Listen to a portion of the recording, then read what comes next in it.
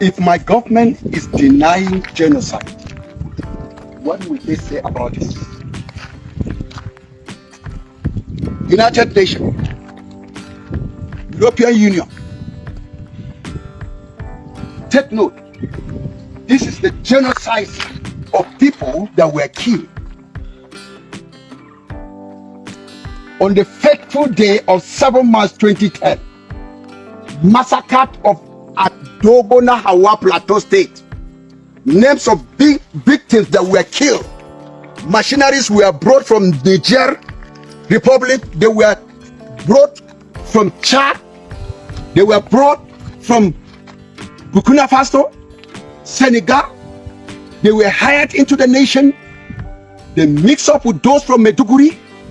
There's a Muslim state. Also from Gombe, Muslim state. In fact, the troop into this place, Bauchi, this is the route that they took. By about midnight, they invaded this village. We are living peacefully in this Dogona Hawa. These are the victims of the massacre.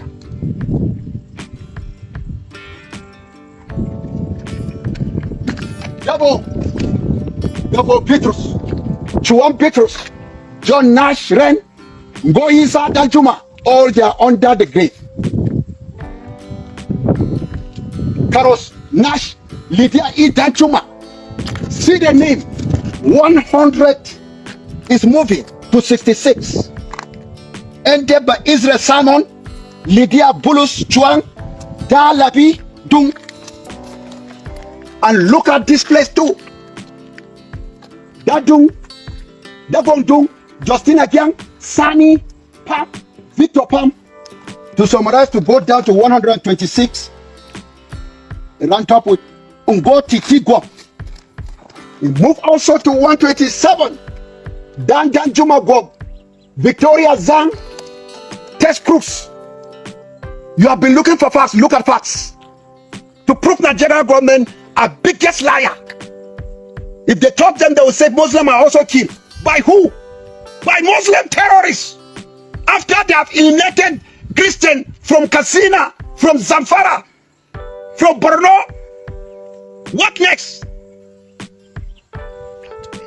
Then the Christian that escaped from the far north, Sokoto, they were able to locate and come back to Plateau State.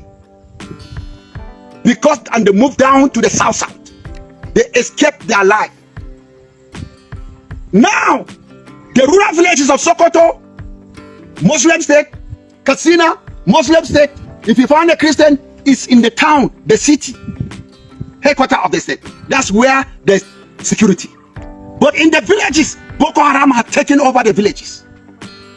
Once you're a Christian, you can only be a Christian by serving them as slaves in the local government.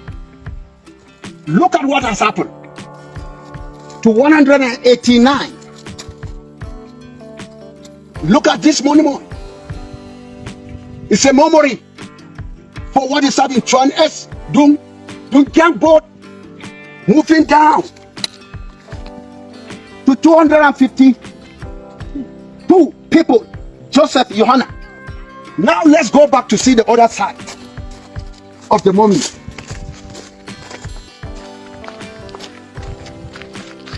It continues from 250. Song Dunzi, Chuanji, Jik, Da Jiang Tang, Tang, Kumbo Jiang Tang. It moved down to 315. That is Nerat Jong. Move again to 316. Peace John, Ezekiel, bam, it moved down again to 378. That's Bola Joseph. Yeah. Sure. It shivered them from the top. That Dungang went double. It moved down to 401 and 41. Dagom Elia was among them this. Mandung Christopher, that's 402. Garba Danjuma, it moved down to round up to 500 Apart from this list that are here, there are many. Only vultures that were dragged into those rocks. Women were dragged for raping that day. Come and see what happened. Look at the monument.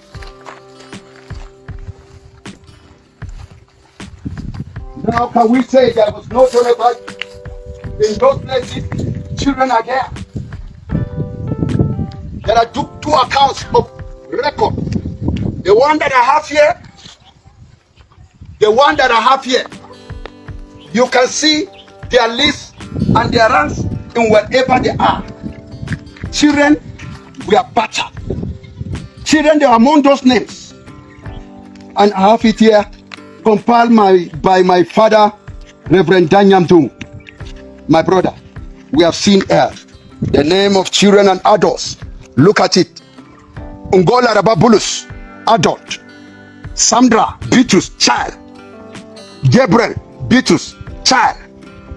Ngo Yisa Danjuma, adult. Ngo Laraba Danjuma, adult. Timothy Ezekiel Danjuma, child. Lydia, child. Obadiah, child. And somebody will come out and say there was no genocide. This God that we serve under this Muslim ticket, any Christian that will vote Muslim ticket, may God forgive him. May God show him mercy. He has received his number 66. I can't sell my faith to Muslim ticket. Nigeria is for all of us. Nigeria is for both Muslim and Christian. Nigeria have been working on Muslim and Christian and Muslim. Why now? That is marginalization. That is genocide. In the world of the politics, the Islamic people have genocide us by killing the Christian, becoming a second man in Asoro. And the so-called Christian don't know what is happening. And those kind that came out and said there's not the grave, the death of these people is screaming in heaven. 501 people are here. 501. They are right inside. 501. Please, and then the Senate are coming. Show them this. My Senate are coming to meet their colleagues. Senate, just cross, take this and present it to them. Is it not genocide? 501 people. And they were able to stand for Hamas and say Israel is committing genocide. What real genocide is in us? Look at the names that are here. There. They are right here in the grave. Dogonahawa.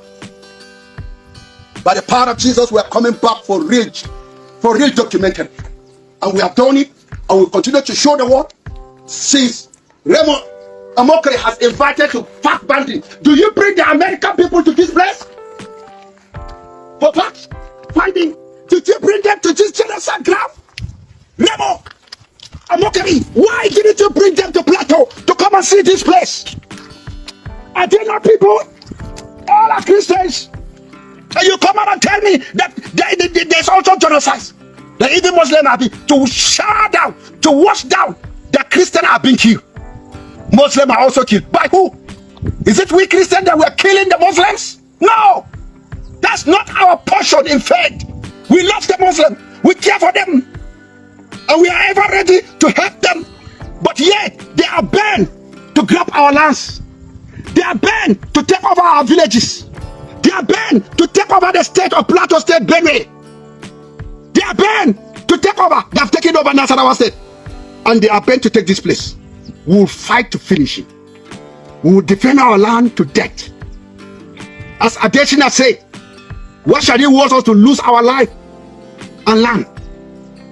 It's better for us to lose our land so that we should remain. Adesina, you have never come across the power of the cross will crush you. During Buhari, you were defending Islam. No problem. We will maintain our land. They removed Christopher because he was trying to bring justice.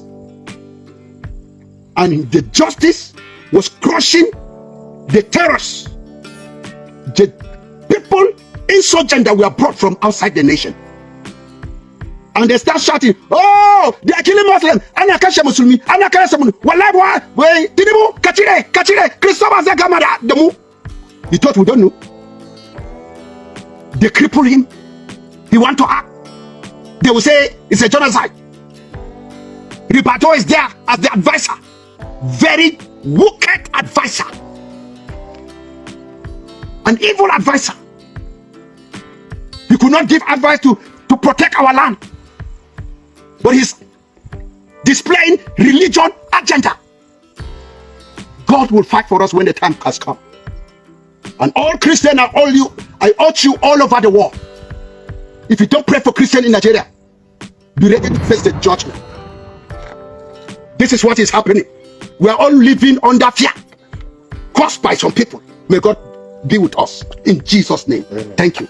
This is a serious, rapidly unfolding diplomatic flashpoint, and it needs a clear-eyed, evidence-based response rather than hot rhetoric. What happened? Briefly, U.S. President Donald Trump publicly described widespread killings of Christians in Nigeria as an existential threat, redesignated Nigeria as a country of particular concern, and warned of possible punitive measures, including cutting aid and preparing military options, if the violence is not addressed. President Bola Tinubu and Nigeria's federal government have strongly rejected the characterization, saying Nigeria's constitution protects religious freedom and disputing the narrative of a state-sponsored genocide.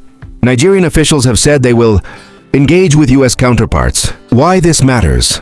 The claim mixes human rights language, designations, genocide, with the threat of tangible coercive steps, aid cuts, military action. That combination elevates the stakes. It affects ordinary Nigerians' welfare, bilateral relations, and regional stability. Accusations of genocide and talk of military responses must be handled under international law and rigorous fact-finding, not social media proclamations. Serious allegations require independent investigation, transparent evidence, and due process before punitive measures or force are considered. A few practical reactions and recommendations. 1. Demand independent, transparent fact-finding. International observers, credible NGOs, or a joint U.S.-Nigeria mechanism should document incidents, casualty figures, perpetrators, and patterns with full access and verifiable methodology. Policy decisions should rest on that evidence. 2. Avoid public escalation while investigations proceed. Threats of military action and unilateral punitive steps inflame nationalism and risk harm to civilians. Diplomatic pressure and targeted measures. Sanctions against identified perpetrators are a more proportionate tool when evidence supports them. 3. Protect civilians first. Whether attacks are motivated by religion, land conflict, banditry, or something else, the immediate priority must be protection for vulnerable communities and support for displaced people, not symbolic posturing. Humanitarian access and aid should be preserved. 4. Keep channels open between capitals. A bilateral meeting, as indicated by the Nigerian presidency, is the right next step. Use it to share evidence, coordinate investigations, and plan assistance to reduce violence and build community resilience. Tone and responsibility. Public leaders carry extra responsibility in moments like this. Rhetoric that frames a complex internal security situation as an outright genocide and pairs that claim with threats of force risks hardening positions, spreading misinformation, and endangering civilians. If there is credible evidence of targeted, large-scale attacks on religious communities, the international community should respond, but on the basis of methodical investigation and with a focus on protection, accountability, and reconciliation. Bottom line, swift accountability and civilian protection are essential, but they must be built on transparent facts and careful diplomacy, not unilateral threats. She was taken rocky areas in the night, the kidnapper, while other Muslims were there. The Fulani didn't touch their same faith of Islam. They selected Christians, girls, went and battered them with rape. The doctor here did his best. They arrived at this hospital almost 12 midnight after being kidnapped. This is the life of a Christian in Nigeria. Again, for the sake of just a background, what actually happened? When exactly did it happen, and how did it happen? Exactly when they were there, she was taking care of her mother. Her mother came, the one we saw. She was on admission here. And when they came, she was working here as a tender in this hospital, taking care of both the Christian and the Muslim that are on admission. In the evening, you will see Fulani people here, in which I met them the other time. But they came directly in the night around 8 p.m.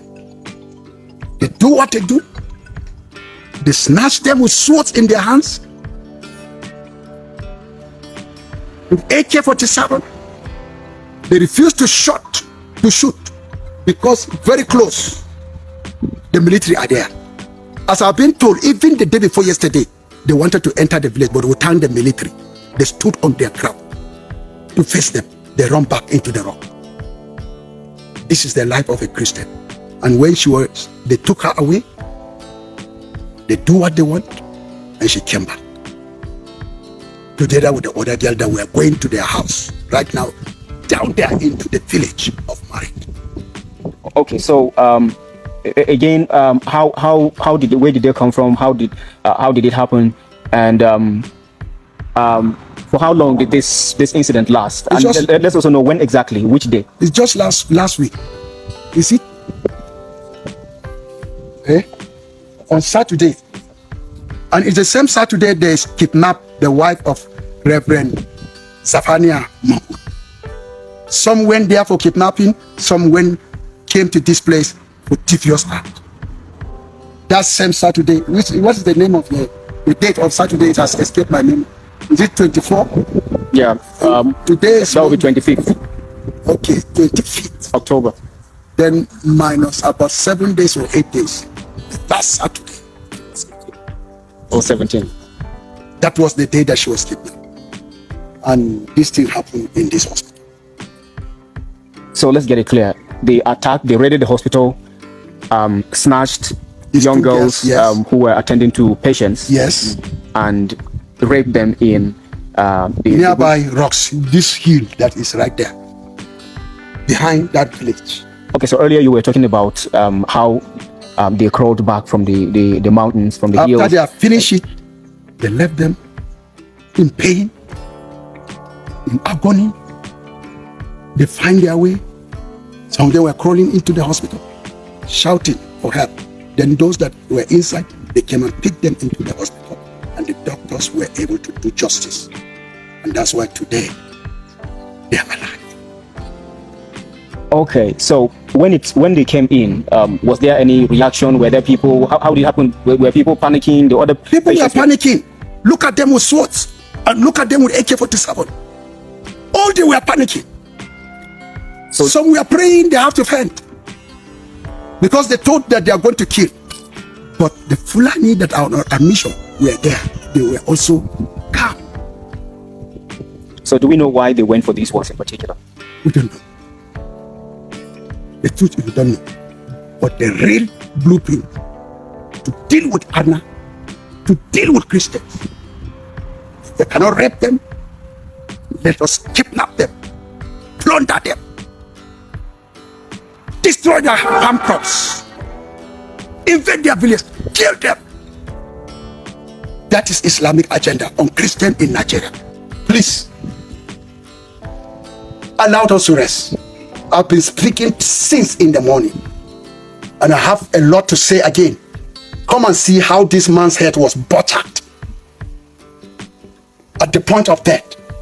I could have rushed to this village to perform burial, but I was in Ruku, I was in Kurum, where those women were butchered on the ground. Come and see, mutilated body, did by Fulani terrorists. There are good Fulani. They don't love this crisis. There are good Muslims. They are bleeding because of this crisis. They don't want it, and I know. But the terrorists in Islam are busy becoming a tools in the hands of politicians. Now the service chief have been removed. Christopher Musa was removed because you know Christopher Musa has dealt with the insurgents more than Burutai. Burutai was pretending. Burutai was busy killing Nigerian Christian soldiers, hunting them to the terrorists to kill them. We have mass death of Christians that are Nigerian armies, Air Force, that have been killed by insurgents. It was planned by Islamic officers. We know. Now Christopher is gone because you were chanting you don't want Christopher so that he will not touch the insurgents that were brought from different countries. Now you have succeeded. Christopher has been removed.